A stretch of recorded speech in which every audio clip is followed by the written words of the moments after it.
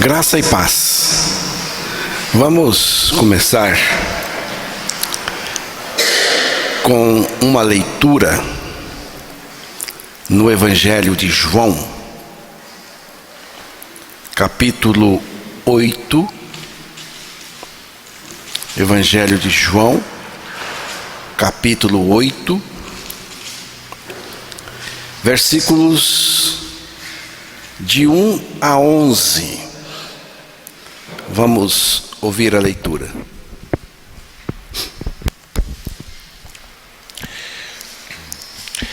Jesus, entretanto, foi para o Monte das Oliveiras. De madrugada voltou novamente para o templo, e todo o povo ia ter com ele, e assentado os ensinava. Os escribas e fariseus trouxeram à sua presença uma mulher surpreendida em adultério, e fazendo-a ficar de pé no meio de todos, disseram a Jesus: Mestre, esta mulher foi apanhada em flagrante adultério, e na lei nos mandou Moisés que tais mulheres sejam apedrejadas. Tu, pois, o que dizes? Isto diziam eles, tentando-o para terem de que o acusar. Mas Jesus, inclinando-se, escrevia na terra com o dedo. Como insistissem na pergunta, Jesus se levantou e lhes disse: Aquele que dentre vós estiver sem pecado, seja o primeiro que lhe atire a pedra. E tornando a inclinar-se, continuou a escrever no chão. Mas ouvindo eles esta resposta e acusados pela própria consciência, foram se retirando um por um, a começar pelos mais velhos até os últimos, ficando só Jesus e a mulher no meio onde estava. Erguendo-se Jesus e não vendo a ninguém mais além da mulher, perguntou-lhe: Mulher, onde estão aqueles teus acusadores? Ninguém te condenou? Respondeu ela: Ninguém, Senhor. Então lhe disse Jesus: Nem eu tampouco te condeno. Vai e não peques mais. Que Deus revele a sua palavra aos nossos corações. Este texto é muito conhecido, principalmente no meio religioso, mas não só, porque até samba já virou esse texto aqui. Essa cena de João 8, de 1 a 11, ocorreu muito provavelmente no pátio externo, em uma área acessível ao povo em geral e usada para ensino. Um grupo de homens arrastava uma mulher angustiada, assustada, lançada no centro do círculo religioso onde Jesus estava ensinando. A mulher foi trazida ao meio da multidão, usada para servir de lição de condenação perante todos. Mas Jesus transformou aquele momento de julgamento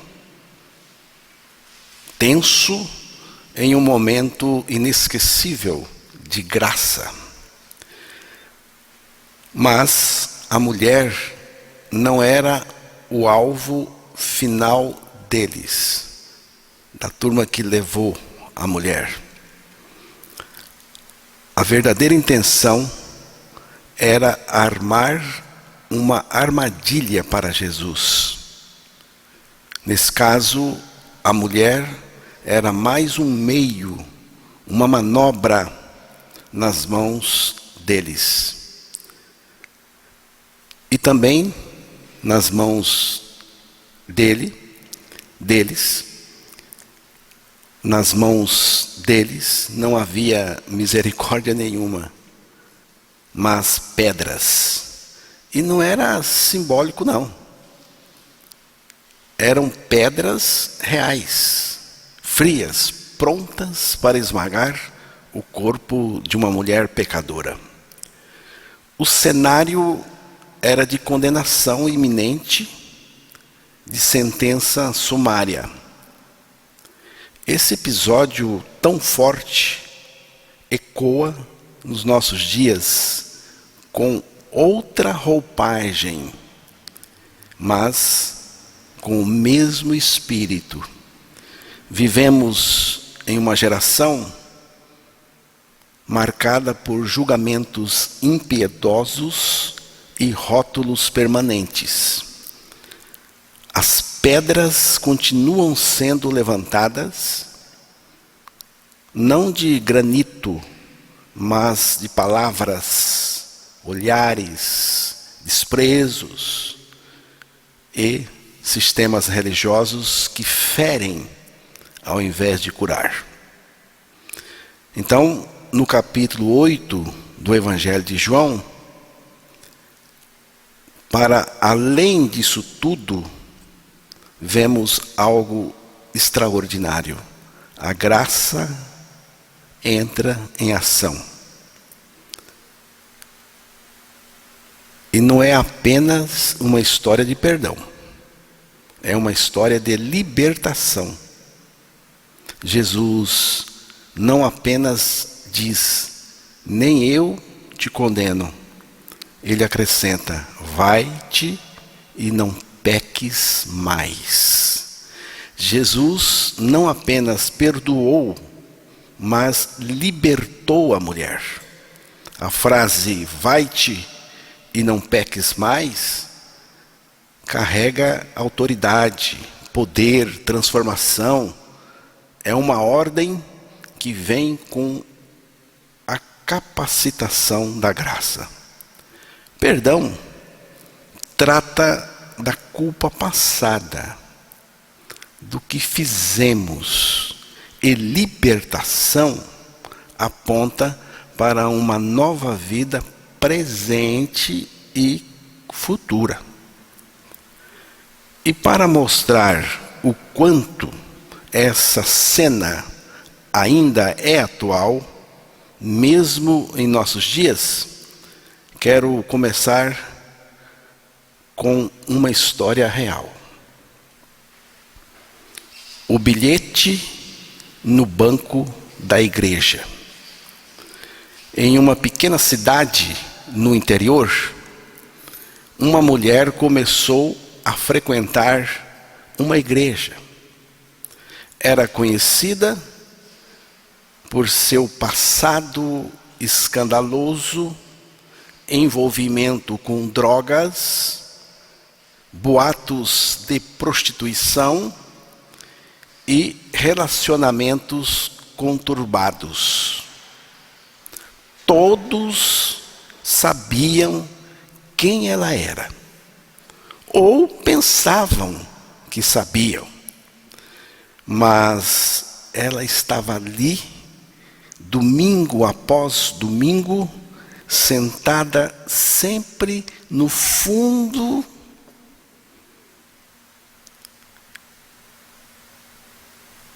da igreja. Ela chorava nos cânticos, se quebrantava nas pregações e ouvia atentamente cada palavra do pastor. Em um desses cultos, ao ouvir sobre o amor de Cristo, ela se rendeu. Entregou a sua vida a Jesus. Na semana seguinte, quando chegou ao seu banco de costume, no fundo, encontrou um bilhete dobrado, anônimo. Ao abrir, leu: sabemos quem você é. Você não merece estar aqui. Suas mãos tremeram. As lágrimas desceram. Aquela frase foi como uma pedra jogada em sua alma. durante a semana, pensou em nunca mais voltar lá. Mas, relendo o Evangelho de João, se deparou com uma frase de Jesus: nem eu te condeno, vai e não peques mais. Ela entendeu. Jesus não só a perdoava, mas também a chamava para viver de forma diferente totalmente. No domingo seguinte, ela voltou, sentou-se no mesmo banco, no fundo, mas levou um novo bilhete que deixou ali bem visível. O bilhete era assim: Jesus sabe quem eu fui, mas Ele também sabe quem eu sou agora. Ele me perdoou, me libertou e faz uma pergunta: e você já foi liberto? Essa mulher entendeu o que muitos religiosos não entendem até hoje. A graça de Jesus não é permissão para continuar pecando. É o poder de Deus para viver livre e livre de verdade do pecado. Agora sim, com essa história em mente, vamos para o texto em João 8, de 1 a 11, onde as pedras caem no chão, o pecado é exposto, o perdão é liberado e a libertação de Jesus acontece.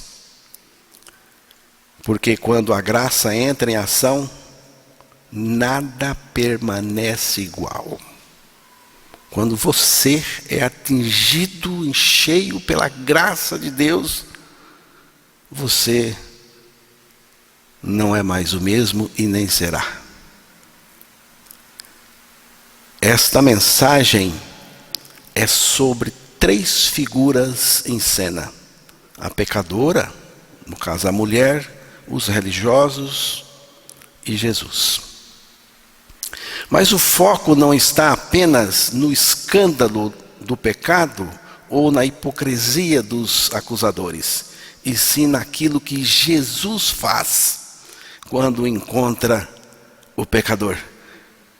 Ele não só perdoa, ele liberta. Jesus não disse apenas, nem eu te condeno. Ele acrescentou, vai-te e não peques mais. E o que eu estou chamando de libertação é exatamente esse não peques mais.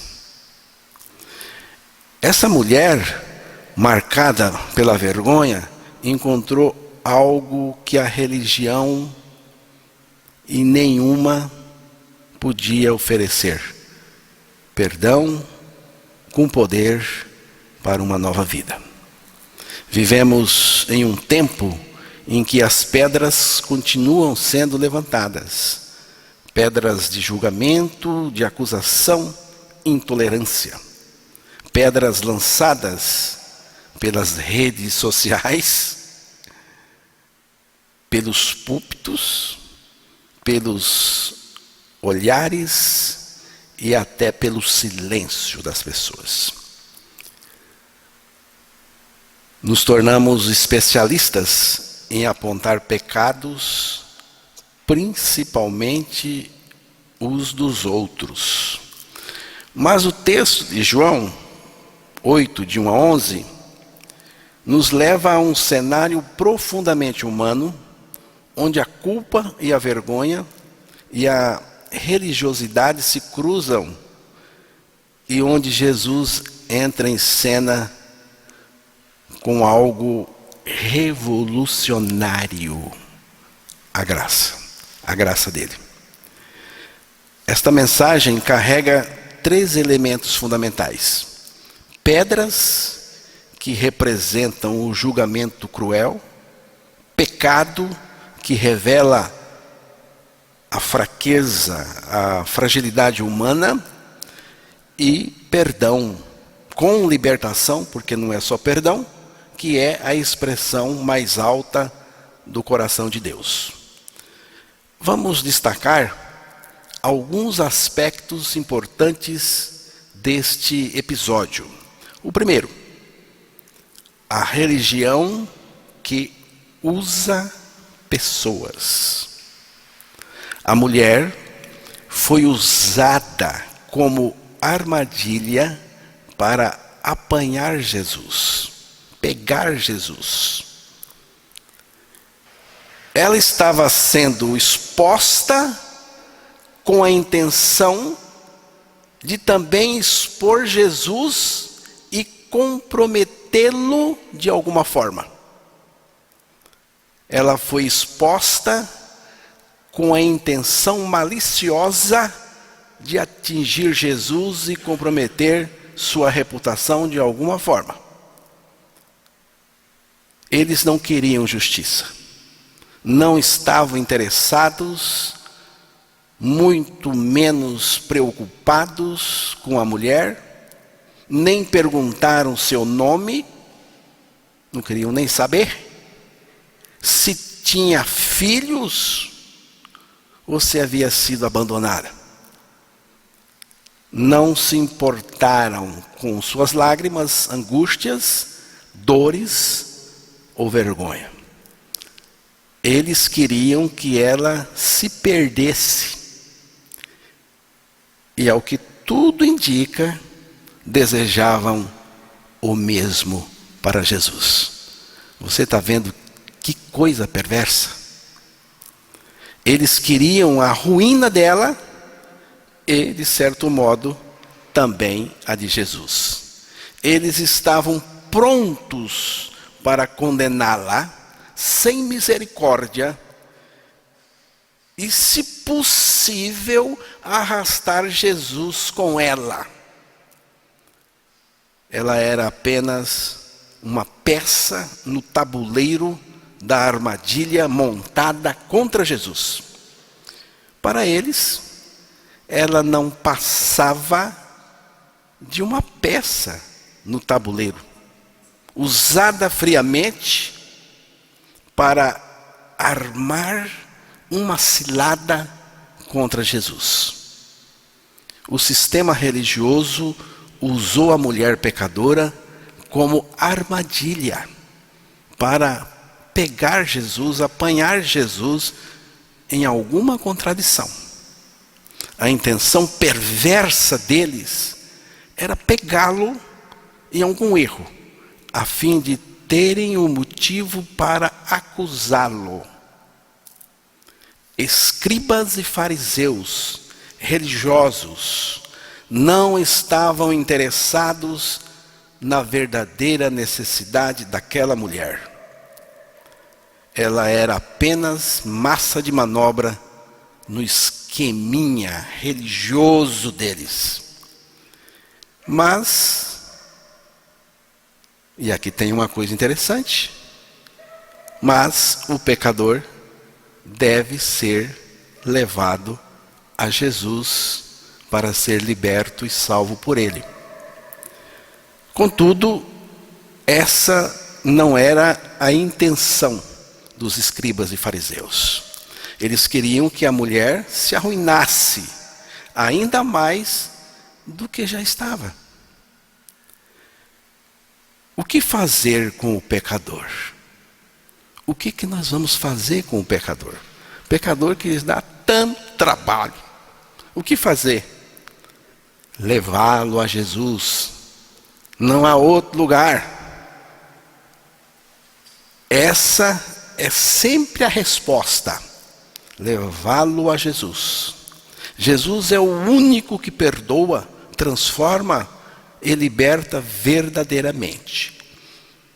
Ele não apenas nos livra da condenação, ele nos arranca do poder do pecado. O pecador não precisa ser exposto, humilhado, nem descartado. Ele precisa ser conduzido à presença do Salvador, onde há graça, verdade e restauração. No episódio de João 8, os escribas e fariseus, de fato, levaram a mulher a Jesus, até Jesus, mas com intenções perversas. Eles não a levaram para que ela fosse curada ou restaurada, mas para usá-la como armadilha, como isca, para tentar acusar o próprio Jesus, o próprio Cristo. Isso é perversidade religiosa. Usar o pecador como objeto de manipulação, não como alvo de compaixão, é terrível. Jesus é verdadeiramente maravilhoso, porque não permite que as intenções perversas dos homens destruam o propósito redentor de Deus. Mesmo quando a mulher foi trazida para ser humilhada, rejeitada e usada como armadilha, Jesus transformou aquele julgamento em um momento de salvação e libertação para ela.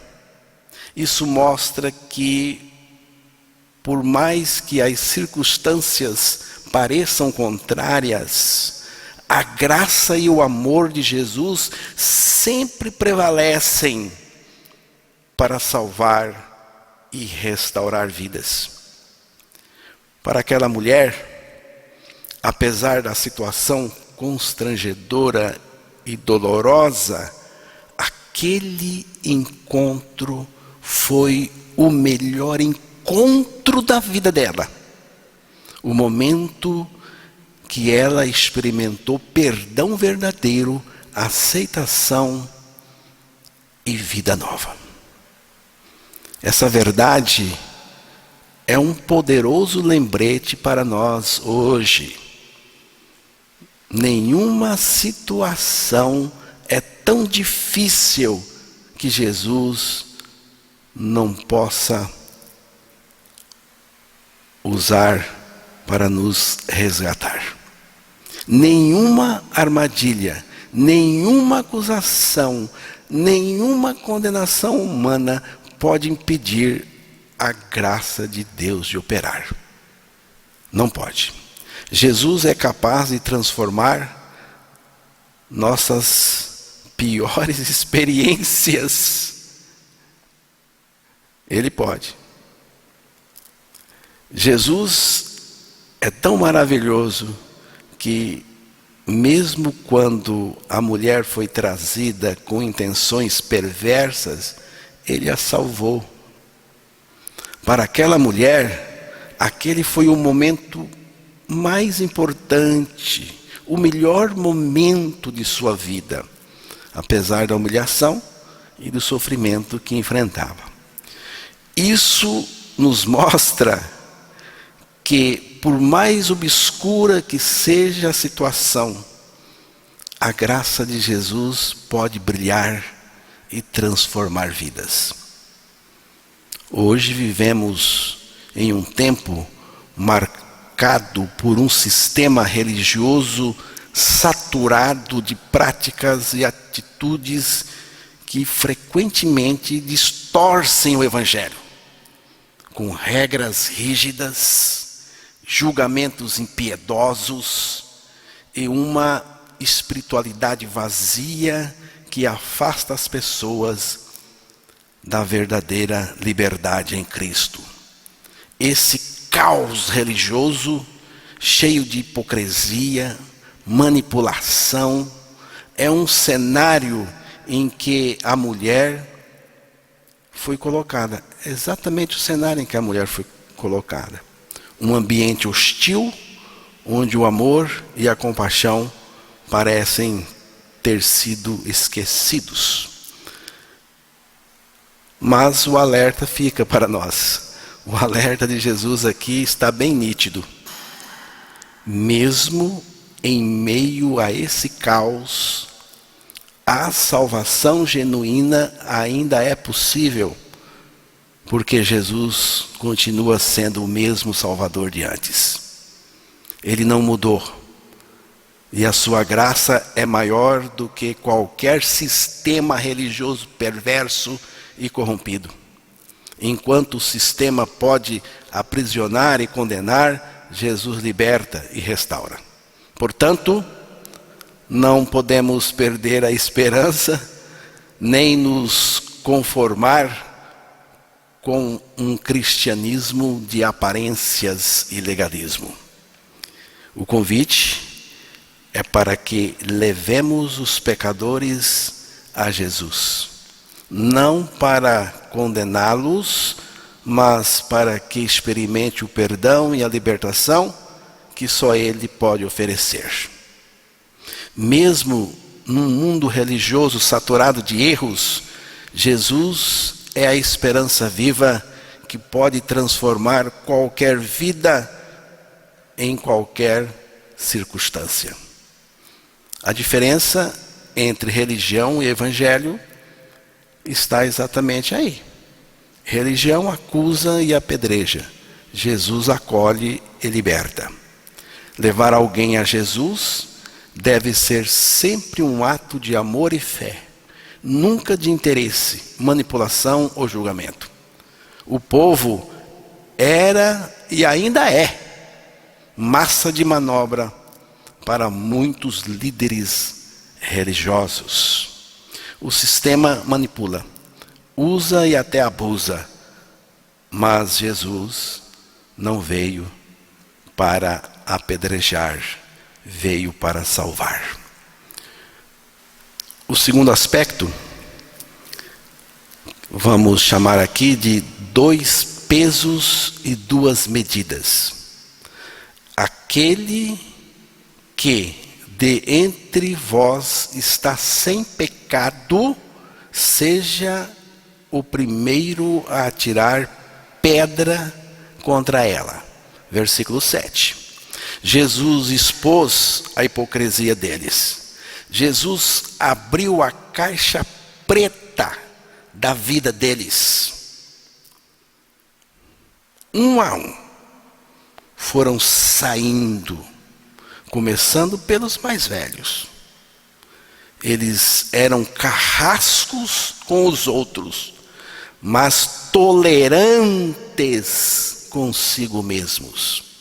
Eram severos com os pecados dos outros, mas lenientes com os seus próprios. Condenavam os pecados alheios, mas justificavam os seus próprios. Não foi à toa a repreensão firme que receberam de Jesus. Ai de vós, escribas e fariseus hipócritas, limpais o exterior do copo, mas por dentro estão cheios de rapina. Mateus 23, versículos 25 ao 28. E há um detalhe sórdido e revelador nesse episódio. Qual? Ninguém comete adultério sozinho.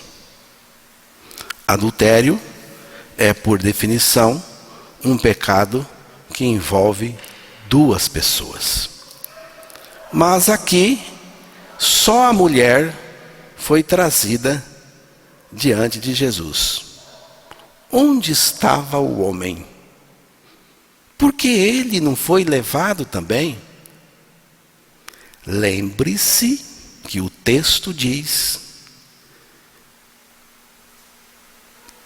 que a mulher foi apanhada no próprio ato.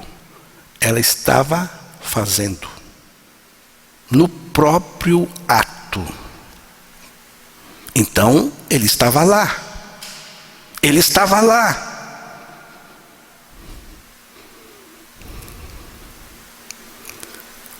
Então, o homem também estava ali. Mas, estranhamente, ele não aparece. Nem é citado. Ele foi deixado de lado, ou melhor, foi protegido, acobertado? Será que foi isso? Talvez fosse alguém importante. Isso revela não apenas a hipocrisia dos acusadores, mas também o machismo e a parcialidade do sistema religioso da época e, infelizmente, de muitos sistemas religiosos até hoje.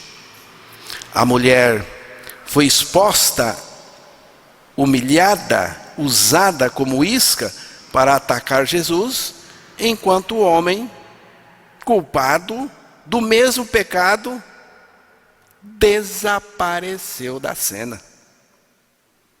Essa omissão não é apenas covardia, é perversidade.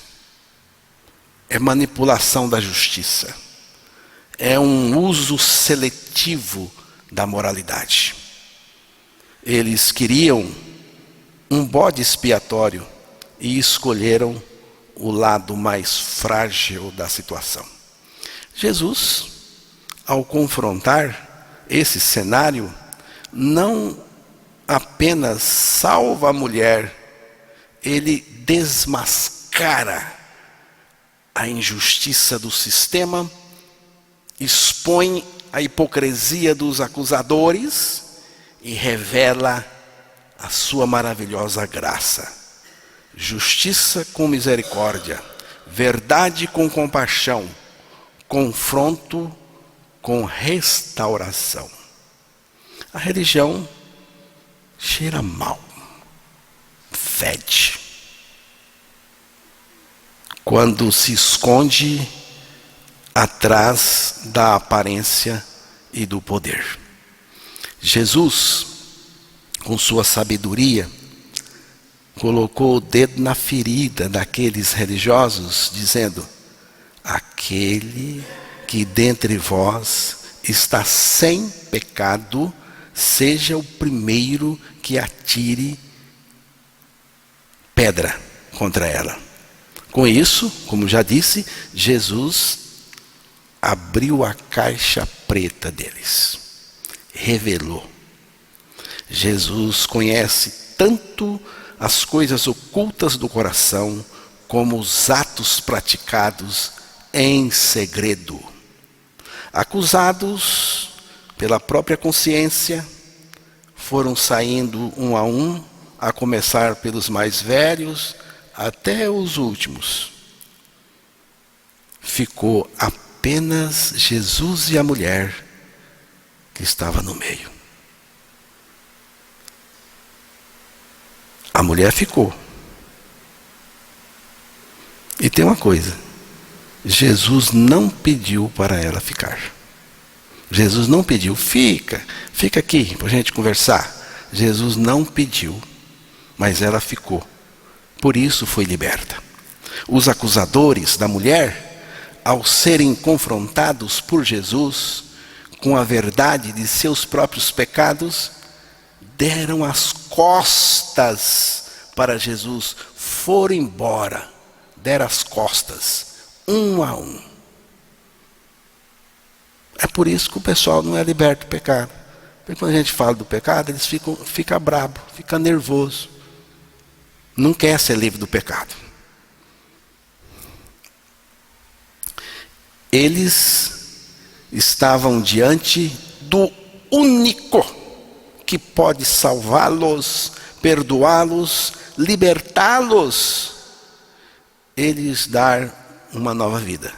Mas, em vez de renderem a graça, escolheram manter as máscaras e preservar o orgulho religioso.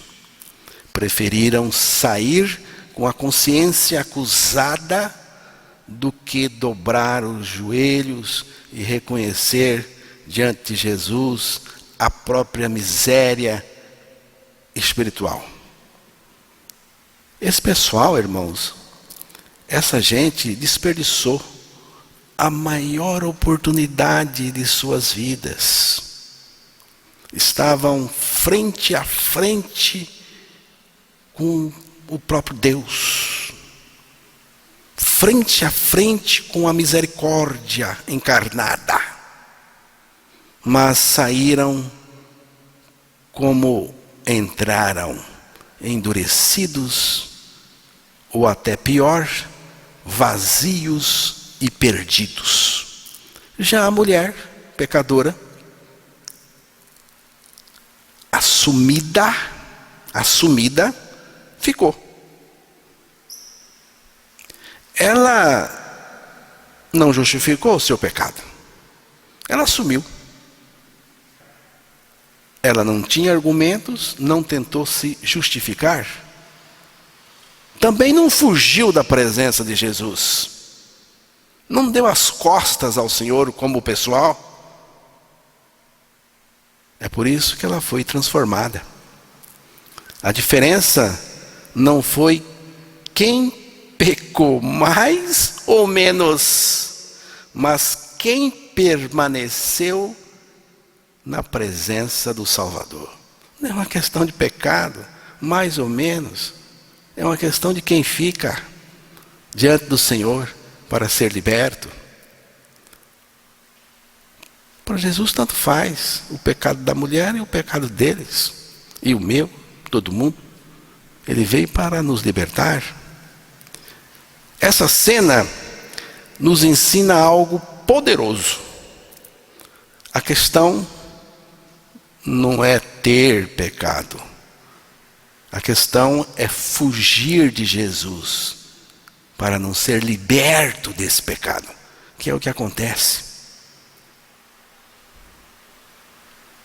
Ele não rejeita os que se aproximam quebrantados, mas os que se acham justos demais para se curvarem diante dele, esses saem de mãos vazias e perdidos.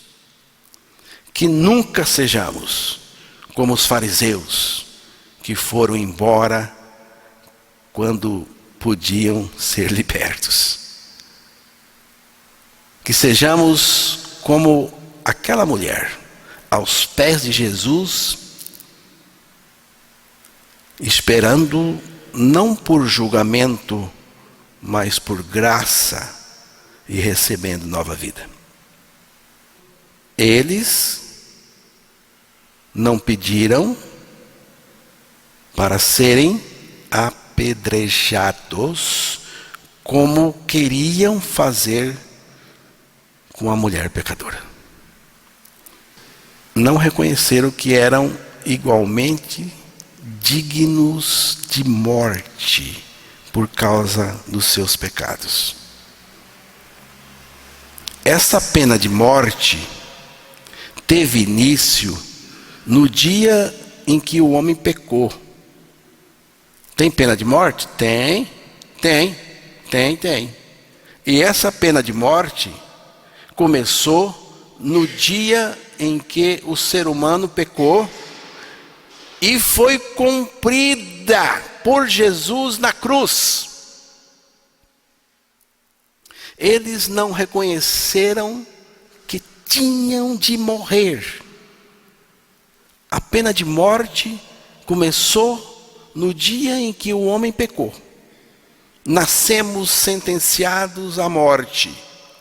Mas essa morte não é através de pedradas, é na cruz. Ali a pena de morte foi cumprida. Essa é uma verdade profunda e central do Evangelho. A pena de morte pelo pecado já existia desde o Éden. E todos nós nascemos sob essa sentença. A palavra de Deus diz: o salário do pecado é a morte. Quando Adão pecou, a morte entrou no mundo, não apenas a física, mas a separação espiritual de Deus, e com ela veio a condenação. Desde então, todos nascemos sob essa sentença de morte.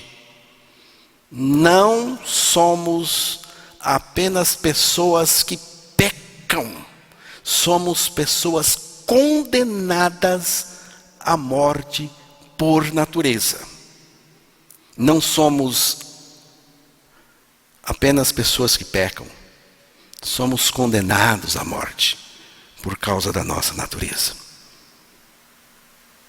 Essa é a dura realidade desde a queda no Éden. O pecado não apenas nos contamina, ele nos condena. Nascemos espiritualmente mortos, separados de Deus, carregando uma sentença que exige o pagamento. E você sabe qual é o pagamento? A morte. Mas Deus, em sua justiça e amor, não ignorou essa sentença. Ele cumpriu em Cristo Jesus. A pena foi paga, não com pedras lançadas por mãos humanas, mas com o sangue derramado do Filho de Deus. A solução divina não foi aliviar a pena, nem encobrir o pecado, mas executar a sentença em seu próprio Filho lá na cruz. E o que é mais grandioso ainda, Deus nos colocou nessa morte. Morremos com Cristo nele. Fomos mortos com Cristo na cruz. E porque morremos com ele, também ressuscitamos com ele para uma nova vida. Agora não vivemos mais sob a condenação, mas sob a graça. A cruz não é apenas o lugar onde Cristo morreu por nós, é o lugar onde morremos com ele, onde nós morremos com ele nele. E isso muda tudo. O que era sentença virou salvação. Mas os fariseus, aqueles religiosos, aquelas pessoas que trouxeram a mulher até Jesus, não entenderam isso. E muitos não entendem até hoje. Eles achavam que só ela precisava morrer, mas não reconheceram que eles também eram culpados e estavam igualmente sob juízo. Eles queriam executar a pena com pedras, mas ignoravam que a verdadeira pena de morte só poderia ser cumprida de maneira justa na cruz. Jesus morreu por nós e conosco, portanto morremos com ele. Cristo morreu com os pecadores, não apenas pelos pecadores. Foi uma morte pelos e com os pecadores. Por isso, a gente cita tanto aqui, né? Já estou crucificado com Cristo, Gálatas 2:20. Se um morreu por todos, logo todos morreram. segundo aos Coríntios 5:14. Ali na cruz, a pena de morte foi cumprida de forma integral e perfeita, justa e definitiva. Não foi com pedras, foi com cravos. Não foi com ódio humano, foi com o amor divino. Essa é a grande diferença entre a justiça dos homens e a justiça de Cristo. A justiça dos homens quer matar o pecador com pedras ou de outras maneiras, mas a justiça de Deus mata o pecado no pecador na cruz em Cristo. Mata o pecado e com o pecador e tudo em Cristo na cruz. É a libertação. A cruz é o lugar onde a pena foi cumprida, a pena de morte. Morremos em Cristo na cruz e a nossa pena de morte foi cumprida. Isto é libertação. Libertação de verdade. Mas, lamentavelmente, os religiosos não reconheceram isso. E até hoje, muitos continuam não reconhecendo. Por quê? Porque nem sequer admitiam que eram dignos de morte. Jesus veio para salvar do pecado e estava pronto para salvá-los, pois também os amava. Você acha que Jesus não amava aquelas pessoas ruins, perversas? Essas do texto aqui? Amava, sim, senhores. E ele veio para salvar eles também, mas eles não quiseram. O que eles fizeram? Fizeram a pior coisa que alguém pode fazer. Saíram da presença do único que podia libertá-los. Jesus mandou eles irem embora. Jesus não pediu para ninguém ir embora. Eles foram por conta própria. A consciência afetou, pegou. Jesus estava ali, era só cair de joelho, já ganharam o perdão e a libertação, deram as costas, foram embora. É assim até hoje. Não faça isso. Não faça isso. Porque se fizer, está jogando fora a sua única chance de salvação.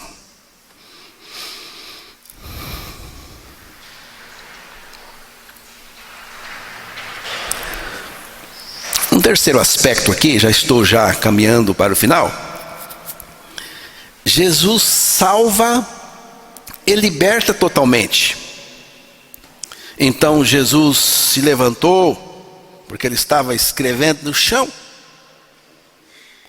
olhou ao redor e, não vendo ninguém além da mulher, perguntou: mulher, onde estão os teus acusadores? Ninguém te condenou? Ninguém, Senhor. Nem eu te condeno.